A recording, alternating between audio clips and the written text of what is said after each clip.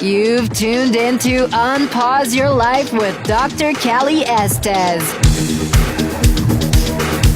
Your access to success strategies and more to help you move onward and upward with your life. Listen in each week as she interviews others who have really taken their essence to the next level and truly unpaused their life. Now here's your host, Dr. Callie Estes. Hey everyone, welcome to the show. This is Dr. Callie Estes, and I am founder of the Addictions Academy, the Addictions Coach, and Rehab Rescue.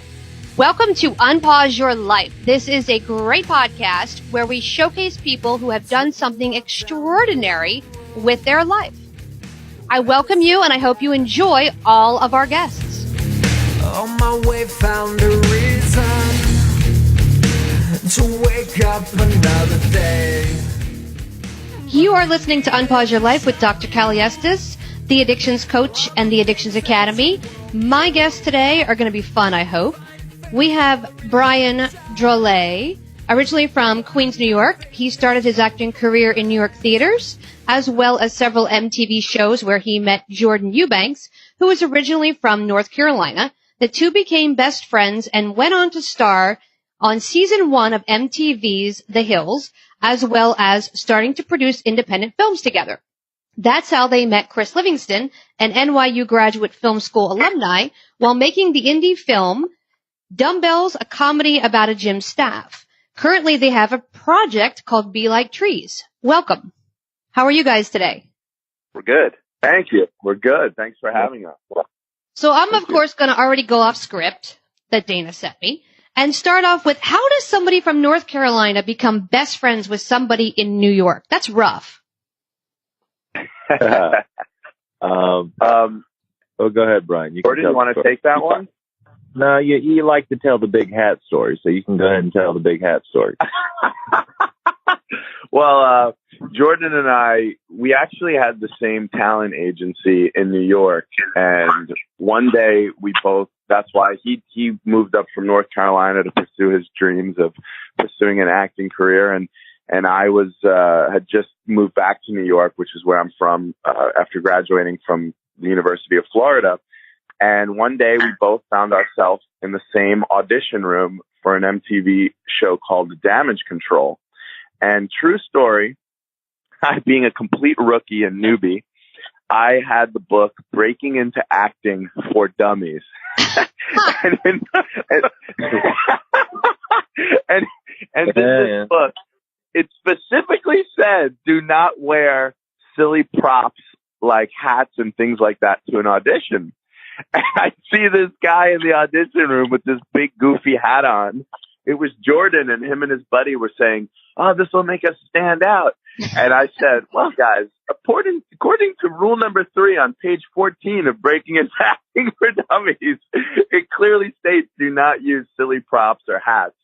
And I told them not to wear the hat.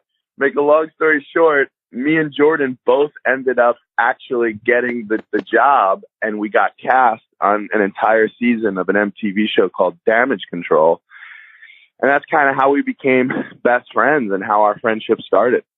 So your whole friendship started with a New Yorker telling somebody else what to do. You realize that? Yeah. Correct. Oh, my goodness. And did you wear the hat to the audition, or did you take the advice? I think I took the advice. So he took the advice and he got the job. Awesome. I got the job. Very, very cool. So that's how it all started. That's how it started. So what inspired you guys to get from acting in the front to filmmaking in the back? Where did that happen?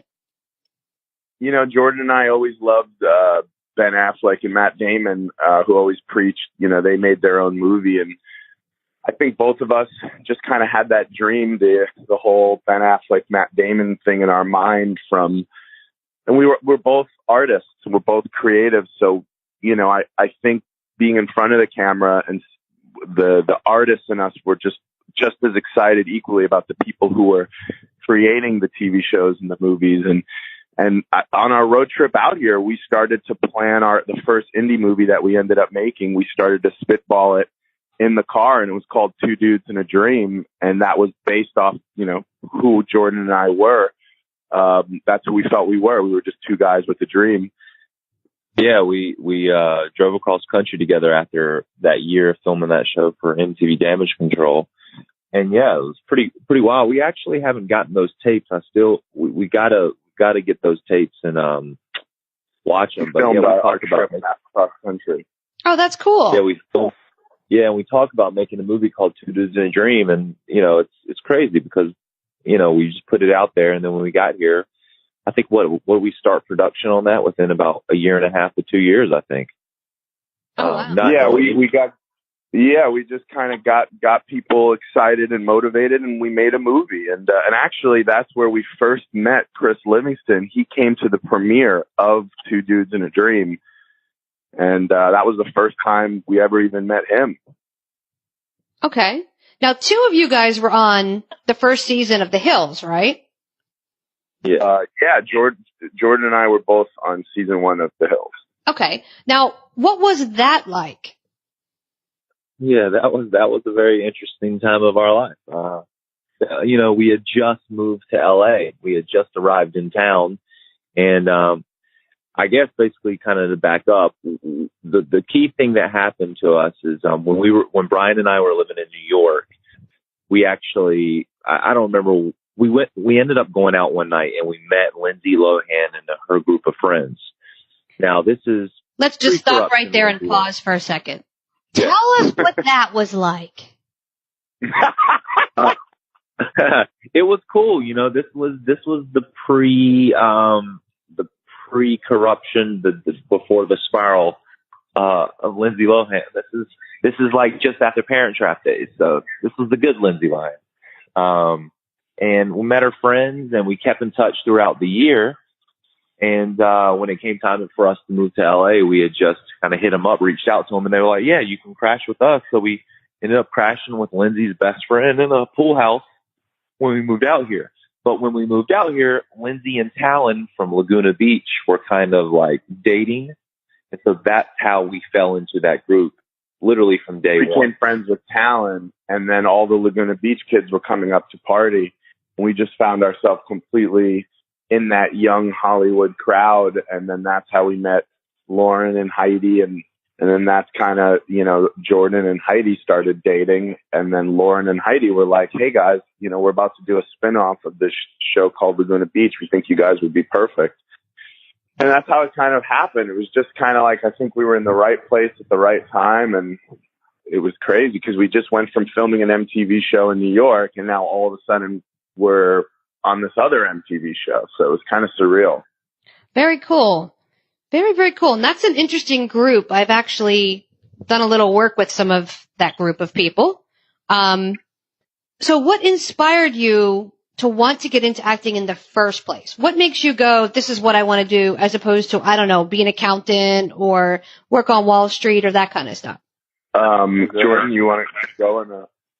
I love how you guys defer to each other. You're like, you answer that one. I don't want to answer that one. You answer that one. I know I tend to talk a lot, so I'm like, I have to police my gabbing. And let Me too. I'm the same. So I just allow other people to go. So. Well, okay, I'll go and then Jordan, you go. But basically, my first dream was I wanted to be an animator and live in Disney World. Pretty good plan for a 10-year-old, I feel like. Yeah, that's a good plan. Because I always loved art and creativity. But then it was when I was 14 years old and I saw Ace Ventura. In my house, my mother was sick most of my life with a disease called scleroderma. And it's a very, it's a very sad thing. And so when you're living in a house with a sick person and then all of a sudden there's a funny movie that makes the entire household laugh and just feel better about life, and you forget about all the things, that escape with my family watching funny movies. And it was that movie in particular that I remembered. It was so therapeutic in the household. I went, that's what I want to do in my life. I want to make people laugh. I want to make movies. And I thought the whole thing was so kind of creative, not just, being Jim Carrey, but everything that goes into a movie. And so I think at age 14, that was the movie that I went, that's what I want to do with my life for me.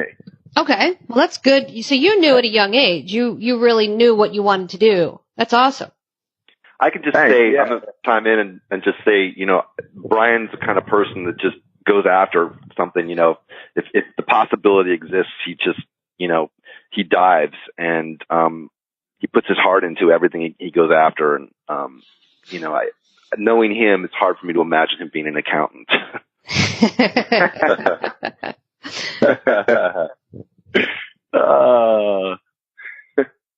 So what about the other two of you?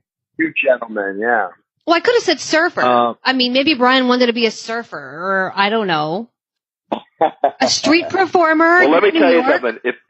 If Brian wanted to be a surfer, he'd be out on the pro tour. Well, I did play a surfer dude on another MTV show called Disaster Day, but that's another story. Oh my God. So you got to be one for a day. That's cool. Very cool. Yeah. Jordan, Chris, when did you guys know Yeah. you wanted to? Yeah, you go for it, Jordan.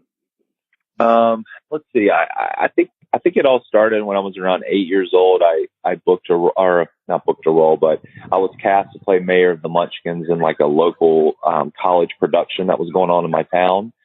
And from that experience, the director of that play was the high school director, and they were very big in Eastern North Carolina. The performing arts was very big at that time. And from my experience with that, my mom actually started taking me down to Wilmington, North Carolina. And at that time, Screen Gems was kind of like the Hollywood of the East. And there were a lot of, I think they were doing Dawson's Creek. They were constantly shooting movies down there. So I started going down there probably when I was around 12 years old and just kind of being extras and being in the background of movies and TV shows. So I just saw what it was like as a kid. I was like, wow, this is awesome. You know, you guys just get to sit around on set and just bring whatever in your imagination to life and film it. So yeah, I mean, it started for me at a very early age too. And it was always juggling sports and the performing arts. Okay. That's awesome. It's rare that you know at that age what you want to do. For a lot of people, it's like, well, I'm not really sure. And then they're 20 and then they're 25 and they're still trying to figure it out. So it's awesome that you guys really knew and had a direction. For me, it was a little different. I mean, first of all, you know, we all just did a movie, you know, together. And I'm not really an actor. I did some acting in college. I took some courses and stuff, but I never really considered myself like that. My first love has been music. And I came from a very musical family. My father was president of Capitol Records, and he signed the Beatles and the Beach Boys and Frank Sinatra. So I had this backdrop of successful music family. And I started playing piano when I was 6 years old and ended up starting to write songs when I was about 17 years old. And ironically, my father ended up writing a book called Ronnie Finkelhoff Superstar, which got optioned to be made into a movie by Zanuck and Brown, who were big, producers back in the day. They did Jaws and the Sting, I think. And the book, looked like it was going to get turned into a film, and it was about a virtuoso on the guitar in high school. And so there were all these songs in the book, titles, and I started taking the titles from the book and starting to write songs. I'm thinking, well, if this thing ever got made into a movie, I'd potentially, get a song in a film, which would be great. But that sort of led me into going to NYU Film School, because it kind of caught my interest as far as the actual filmmaking. And I ended up taking, a whole different direction with life, which was making movies in addition to the music. Oh, wow. Okay. So you brought up this new film, Be Like Trees. Let's talk about that. What is it? How is it different? Tell our listeners a little bit about that and how it's going to be seen as something different from what I understand. Go for it, Chris. Go for it, baby. Okay, let me just say this. I met Brian making this film Dumbbells. I actually met him as he was describing. We met the night that they premiered The Two Dudes in a Dream. It was at the ArcLight Theater in Los Angeles. We connected, but we never really, nothing really happened after that. And then another friend of ours, guy named Hoyt Richards, who was in a film I did called Hit and Runway, which came out back in 2001. He started working on this script called Dumbbells with Brian, and so they basically started talking to me and kind of taking my feedback on the script, and I kept meeting with them, and at some point they just asked me if I was interested in being involved and potentially directing it, and I said yeah, and so we ended up making that project together. And so that was a while back, but then recently, Brian had been, talking about making a movie on an iPhone, which is, taking advantage of modern technology and trying to do something, that was not as expensive to make. And so we were kicking around ideas, and one day at lunch, Brian. Well, can I butt in there? Yeah, jump in, of course. Before we even get to the lunch, I want to tell her the little tidbit. So what had really happened was, when you try and make a movie, you have to sometimes raise $500,000 is considered pennies to make a movie. And most of the movies we've made in the past we've raised budgets of, well into the hundreds of thousands of dollars. And so in trying to get a movie off the ground for about $500,000 to $1 million for almost over a year, I realized one day on a conference call that it wasn't going to happen. The money just wasn't coming in, and I was so frustrated. And on the television screen, there just so happened to be a commercial for Steven Spielberg's documentary on HBO. And I said to the TV, I said, "Oh yeah, sure, Steven, you can make any movie you want." And then, like, in my imagination, Steven spoke back to me, and the first thing my imagination said was, "Oh, stop complaining, you young punk. If I had the technology you guys had when I was your age, I would just make a movie using my iPhone and my Mac."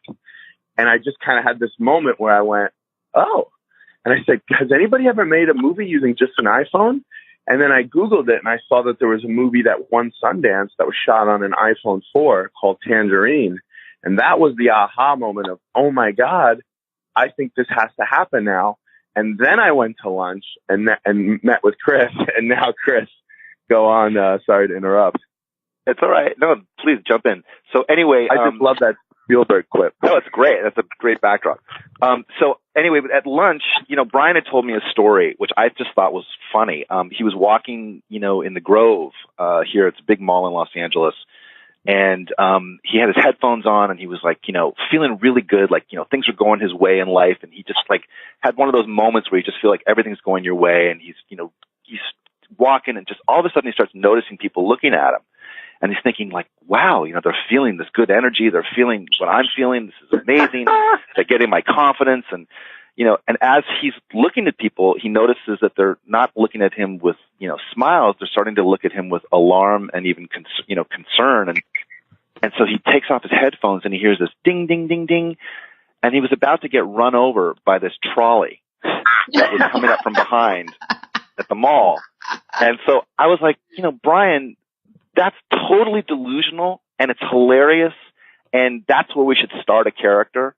And, if we're going to do something, on an iPhone, it should be something really personal. And so I went home and I wrote up just a scene and sent it to him, just basically just describing what I just described to you. And he got so inspired, he literally wrote a screenplay in like 2 days. And Brian is is a comedic writer. He's like a nuclear generator of comedy, and he's really fast. And so, I was a little surprised at how quickly he sent it off, but it was good, and it was heartfelt, and it was honest, and it was like kind of one of the most honest things he'd written. And I just thought, or personal things he'd written. And I just thought, this is great. And so literally within a day, we were going to Sammy's camera, picking up equipment, and within a week we started shooting. The beautiful thing about the film, Brian described his mom and how she had this terrible disease called scleroderma. The movie's essentially a love letter to art. His mom was an artist, and the whole film's about him trying to live up to the spirit of his mother. And, having gone through this terrible, illness with her and watching her pass away over the years. And it's a comedy, but it's really, it's embedded in this true story of how he wants to, live up to his mother's artistic spirit. So that spirit is that to keep fighting and to never give up, just to pinpoint that spirit, because she was basically given 3 to 5 years to live, and she fought for 15 years. Oh, wow. So the idea being, so it's like the idea being if somebody can be, ill to where you're giving 5 years left to live, but still be smiling and enjoying life and fighting the good fight every day and tripling the time they give you. It's like, how can, those of us who are healthy and here on the planet, how can we get so down on ourselves? If you get a parking ticket, we all have bad days and it's easy to be like, screw it all.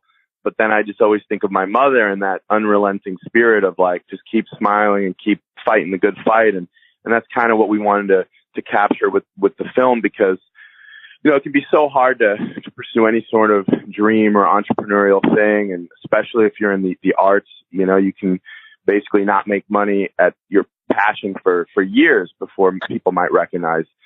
But you got to keep fighting and you can't give up, and you got to keep doing what fuels you in your soul. So that's kind of what Be Like Trees, and even Be Like Trees, when you watch the film, that's what it's about.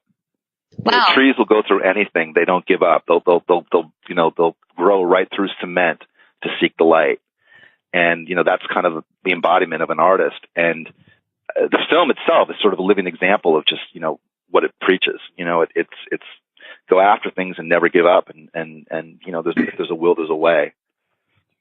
And for any film people, the thing that really opened our minds up is, when you make a low budget movie, again, even if you have $500,000, that's peanuts in a low budget film world. And the problem with a lot of low budget movies is they look so low budget because all the money's going to locations and things that, the expensive add up. But we just kind of use the world as our set.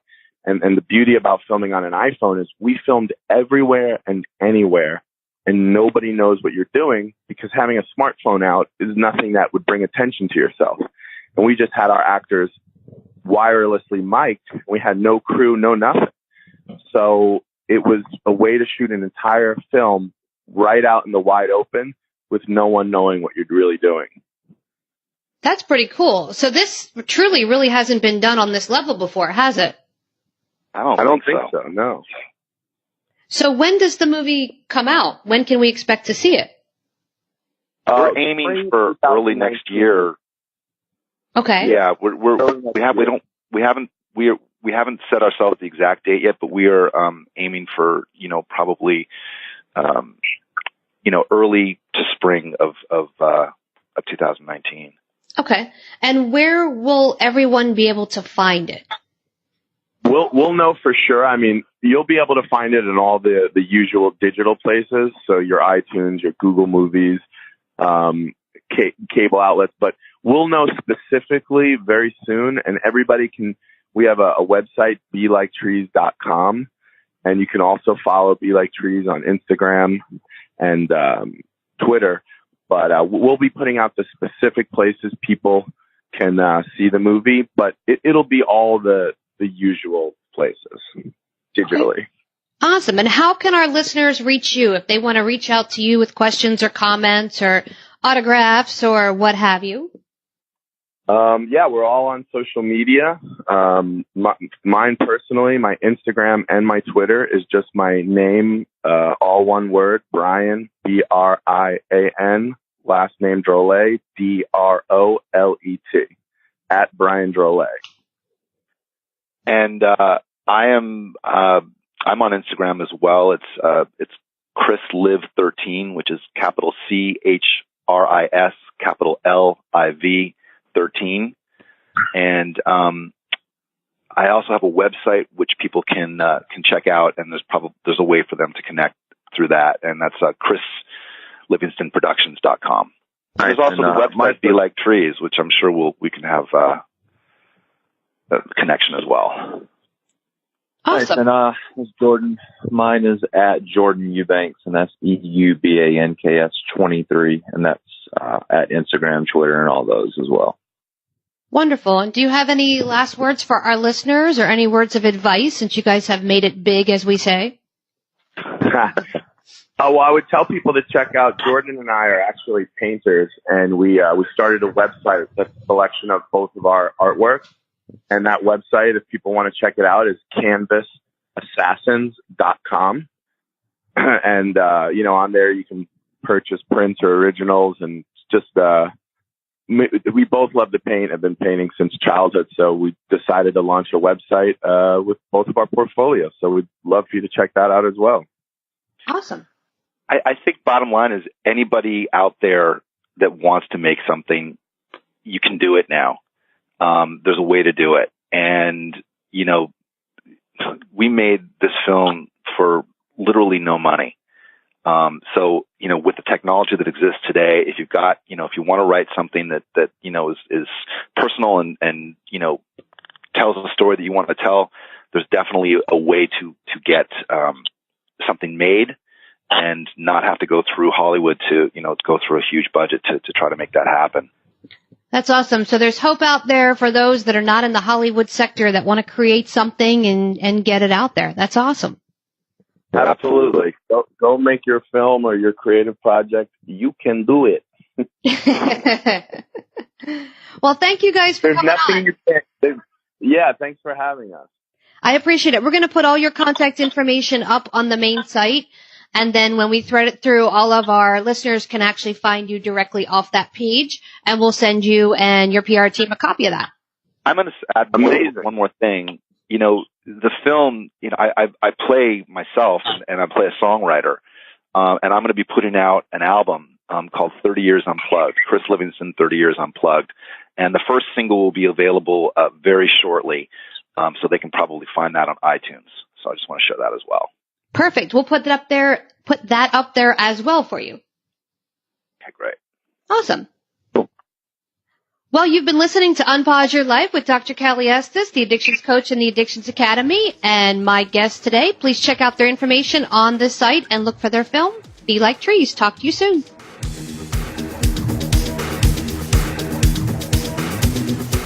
Hey, everyone. Thanks again for listening. I really hope you enjoyed the show today. Head on over to iTunes and Apple Podcasts and leave a comment or review of what you think. Or contact us at 1-800-706-0318. If you want to be on our show, feel free to email or call. And if you have a topic, feel free to email or call as well. Thanks for listening to Unpause Your Life. For show notes and more, head on over to unpauseyourlife.com.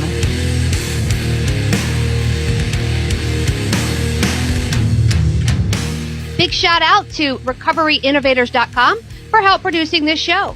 Thank you, guys. I took a walk down the long road where they said that I shouldn't go. On my way found a reason to wake up another day. But they needed to show you all the things that you won't do. Find faith or religion, but nothing to show for it.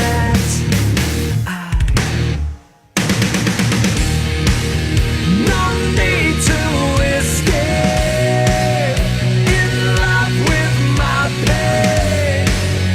I may be awake, but I'm alive, still alive, and I won't be bound by your mistake. No, I won't be your enemy, trapped at the gate. Bring me to life, put me to death.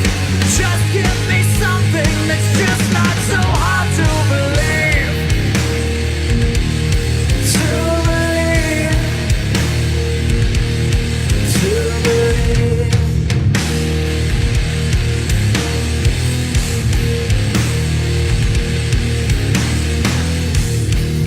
I took a walk down the dark road where they said that I shouldn't go. I knew the dangers of flying. Now I'm so far from silent cries.